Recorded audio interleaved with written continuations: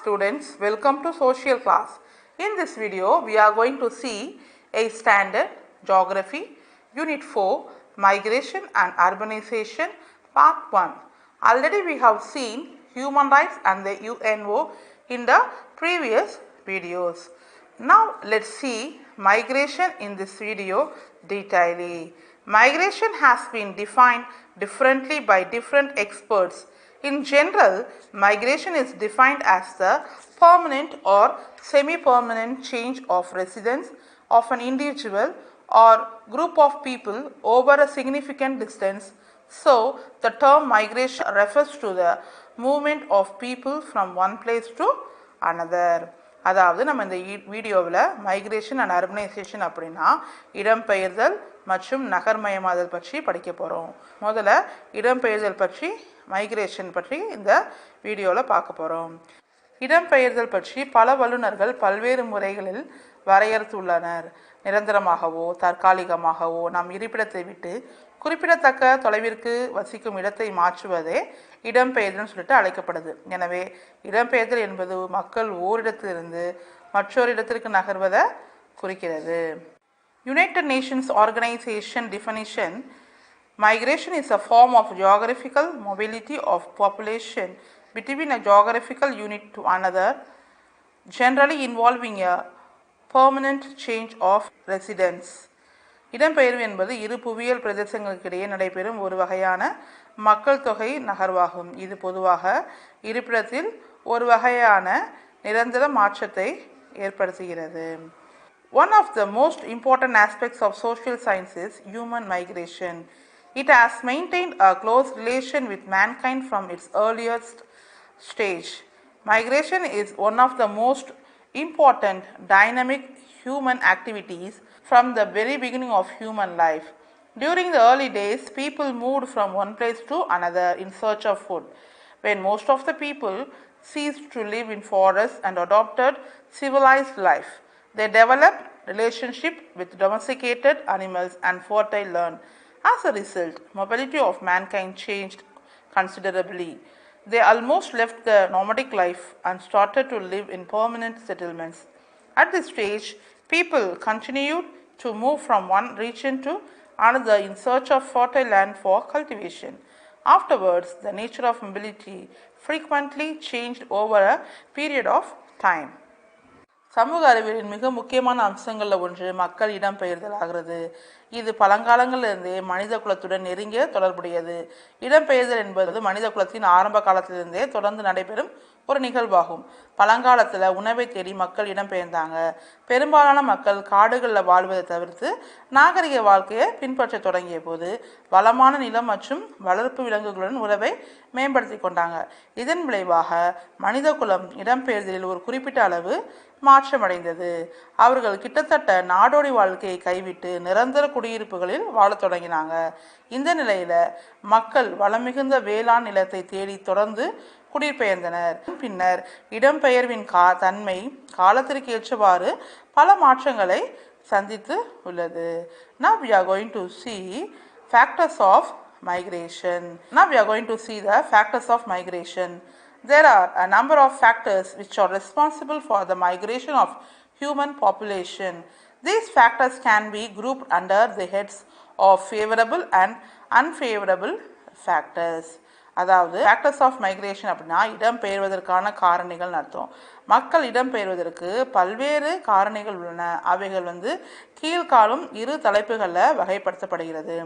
ஒன்று ஃபேவரபிள், அதாவது சாதகமான காரணிகள், ஃபேவரபிள் ஃபேக்டர்ஸ். இன்னொன்று அன்ஃபேவரபிள் ஃபேக்டர்ஸ் அப்படின்னா பாதகமான காரணிகள் சொல்லிட்டு இரண்டு வகையாக பிரிக்கப்படுகிறது. Now we are going to see the favorable factors which attract people towards a location are called pull factors. அதாவது சாதகமான காரணிகள் அப்படின்னா ஒரு இடத்தை நோக்கி மக்களை ஈர்க்கும் காரணிகள் சாதக காரணிகள் அல்லது இழு காரணிகள் புல் ஃபேக்டர்னு சொல்லிட்டு அழைக்கப்படுகிறது. The unfavorable factors which make the people to move out from a location are called push factors. அதாவது unfavorable factors அப்படின்னா பாதகமான காரணிகள், மக்களை தங்கள் வசிப்பிடங்களிலிருந்து வெளியேற செய்யும் காரணிகள் உந்து காரணிகள், அதாவது புஷ் ஃபேக்டர்ஸ் அல்லது பாதக காரணிகள் சொல்லிட்டு அழைக்கப்படுகிறது. Now we are going to see types of migration. Migration can be classified in several ways. It is usually categorized as follows. First one is based on the movement associated with administrative limits. அதாவது types of migration அப்படின்னா இடம்பெயர்வின் வகைகள். இடம்பெயர்வை பல வழிகளில் வகைப்படுத்தலாம். இவை பொதுவாக பின்வருமாறு வகைப்படுத்தப்படுகின்றது. First ஒன்று வந்து நிர்வாக எல்லை அடிப்படையில் இடம்பெயர்வுகள். In that one we are going to see internal migration. The movement of people within a country is known as internal migration.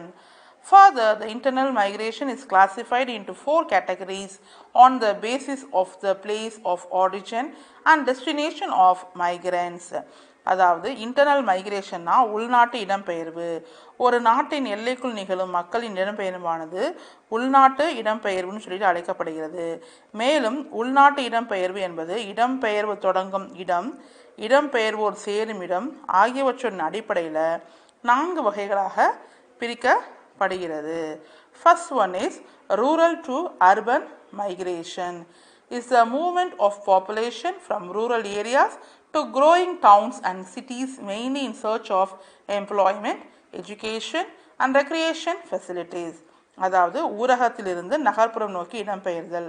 இந்த வகையில் மக்கள் வந்து ஊரக பகுதிகளிலிருந்து வளர்ந்து வரும் நகரம் மற்றும் மாநகரங்களுக்கு முக்கியமாக வேலைவாய்ப்பு, கல்வி மற்றும் பொழுதுபோக்கு வசதிக்காக இடம்பெயர்கிறார்கள். Second one is urban to urban migration.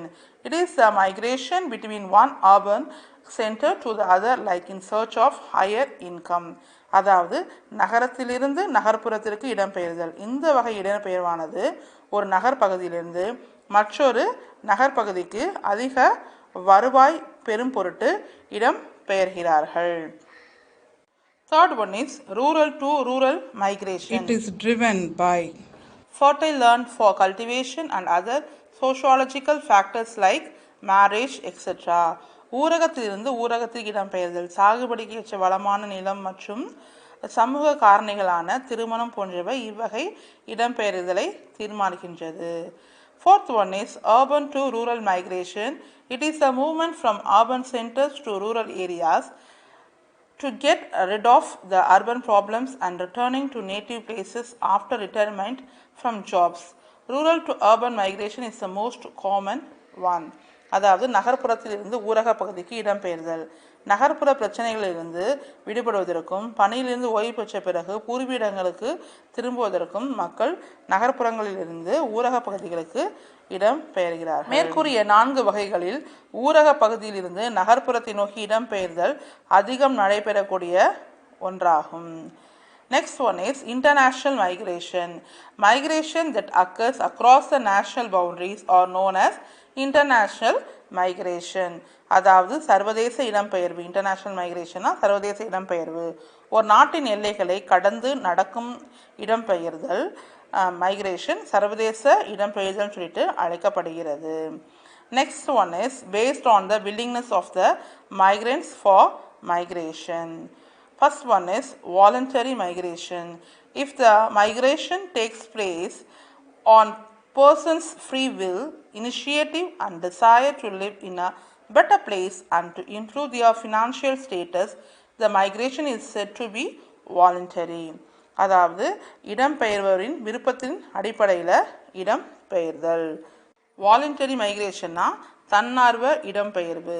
தனிநபர்களின் விருப்பத்தின் பேரிலும் முயற்சி மற்றும் முன்னெடுத்தலின் மூலம் தங்களுடைய பொருளாதார நிலையை உயர்த்துவதற்கும் வசதியான இடத்தில் வாழ வேண்டும் என்ற விருப்பத்தோட அடிப்படையிலும் நடைபெறும் இடம்பெயர்தல் தன்னார்வ இடம்பெயர்வு, அதாவது வாலண்டரி மைக்ரேஷன் சொல்லிட்டு அழைக்கப்படுகிறது. Involuntary or forced migration.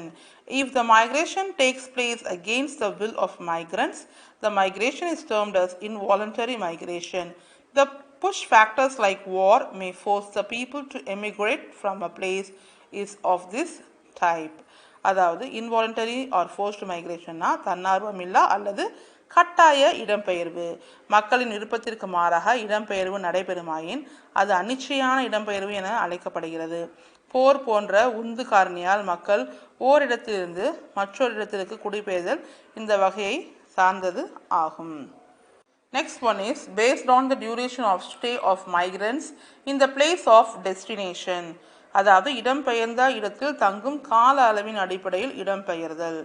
First one is short-term migration. In this kind of migration, the migrants stay outside only for a short duration before returning to the place of origin.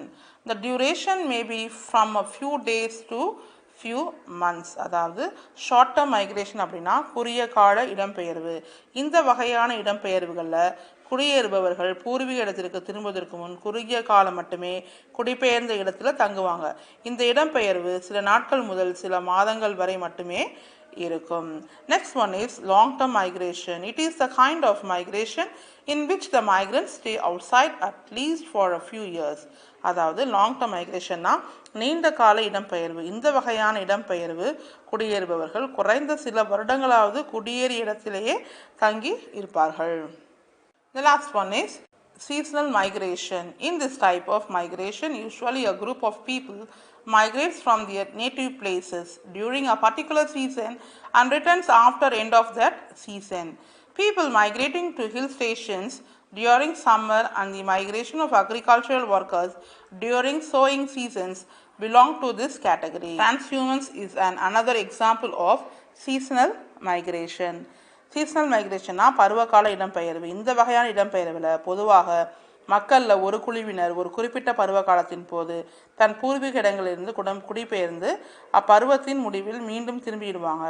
கோடை காலத்தில் மழைவாழ் இடங்களுக்கு குடியேறும் மக்கள் மற்றும் வேளாண் தொழிலாளர்கள் பயிர் விதைக்கும் பருவங்களில் இடம்பெயர்வது இவ்வகையை சார்ந்ததாகும். டிரான்ஸ்ஹியூமன்ஸ் மந்தை இடமாற்றம் என்பது மக்கள் கால்நடையுடன் இடம்பெயர்தலாகும். இதுவும் இவ்வகையை சார்ந்தது ஆகும். Next we are going to see consequences of migration. Migration affects both the areas of origin of migration and the areas of destination.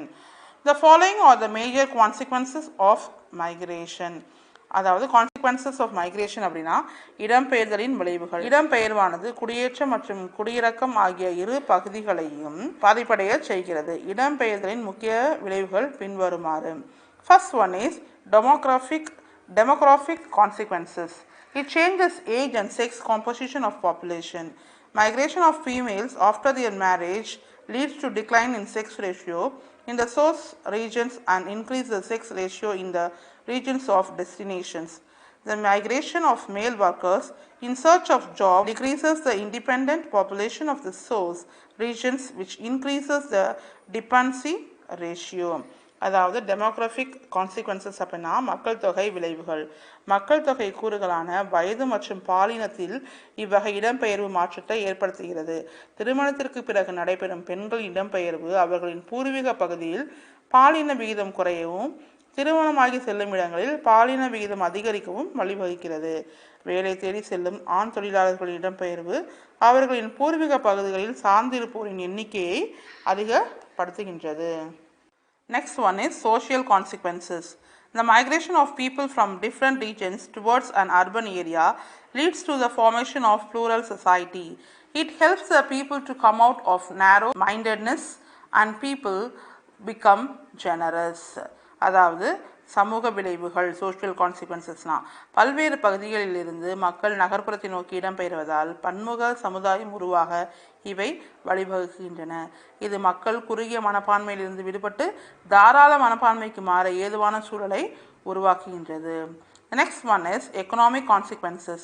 The migration of more people from overpopulated to underpopulated regions results in imbalance of the resource population ratio. In some cases, the regions of over and underpopulation may become the regions of optimum population. Migration may influence the occupational structure of the population of an area. Through this, it will certainly affect the economy of the regions also. Brain drain is a consequence of migration. Brain drain refers to the migration in which skilled people from economically backward countries move to developed countries in search of better opportunities. Eventually, this leads to backwardness in source regions. This is called as backwash effect.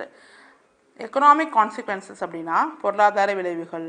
அதிக மக்கள் தொகை நிறைந்த பகுதிகளிலிருந்து குறைந்த மக்கள் தொகை கொண்ட பகுதிகளுக்கு அதிக மக்கள் இடம்பெயர்வதால் மக்கள் வள விகிதம் சமநிலையற்றதாகிவிடுகிறது. சில சமயங்களில் இந்த இரு பகுதிகளும் உகந்த மக்கள் தொகையை கொண்ட பகுதிகளாகவும் மாற செய்கின்றது. இடம்பெயர்வு ஒரு பகுதியில் உள்ள மக்கள் தொகையின் தொழில் கட்டமைப்புகளின் மீது தாக்கத்தை ஏற்படுத்துகின்றது. இதனால் அப்பகுதியின் பொருளாதாரம் பாதிக்கிறது. அறிவார்ந்த மக்கள் வெளியேறுதல் பிரெயின் ட்ரெயின் என்பது பின்தங்கிய நாடுகளை சார்ந்த தொழில்திறன் கொண்ட மக்கள் சிறந்த வேலைவாய்ப்புகளை தேடி வளர்ந்த நாடுகளுக்கு செல்கின்றனர். இது இடம்பெயர்வின் ஒரு முக்கிய விளைவாகும். இதன் விளைவாக பூர்வீக பகுதிகள் பின்தங்கிய நிலையை அடைகிறது. இது அறிவுசார் வெளியேற்ற விளைவு, அதாவது பேக்வாஷ் எஃபெக்ட் அப்படின்னு சொல்லிட்டு அழைக்கப்படுகிறது. The last one is environmental consequences. Large scale movement of people from rural to urban areas causes overcrowding in cities and puts heavy pressure on resources. It leads to rapid growth of cities. The overpopulation in urban areas leads to the pollution of air, water and soil, scarcity of drinking water, lack of space for housing, traffic congestions and poor drainage are the common environmental problems prevail in urban areas. The lack of space for housing and the rising of land costs lead to the formation of slums. அதாவது last one என்னன்னா சுற்றுச்சூழல் விளைவுகள். ஊரக பகுதியிலிருந்து நகர்ப்புற பகுதிகளுக்கு பெருமளவிலான மக்கள் இடம்பெயர்வதால் நகரங்களில் மக்கள் நெரிசலையும் வளங்கள் பற்றாக்குறையையும் ஏற்படுத்துகிறது. இந்த இடப்பெயர்வு நகர விரிவாக்கத்தை ஏற்படுத்துகிறது. நகர்ப்புற பகுதிகளின் மக்கள் பெருக்கம், காற்று, நீர் மற்றும் நிலம் ஆகியவை மாசு அடைய வழிவகுக்கிறது. குடிநீர் பற்றாக்குறை, போதிய குடியிருப்பின்மை, போக்குவரத்து நெரிசல் மற்றும் மோசமான வடிகால் அமைப்பு போன்ற சுற்றுச்சூழல் சவால்கள் நகர்ப்புறங்களில் நிலவுகின்றன. குடியிருப்பு, இடப்பற்றாக்குறை மற்றும் நிலமதிப்பு உயர்வு போன்றவை குடிசைவாழ் பகுதிகள் உருவாக வழிவகுக்கின்றன. I hope you all understood what is migration very well. Next video we will see urbanization. Thank you.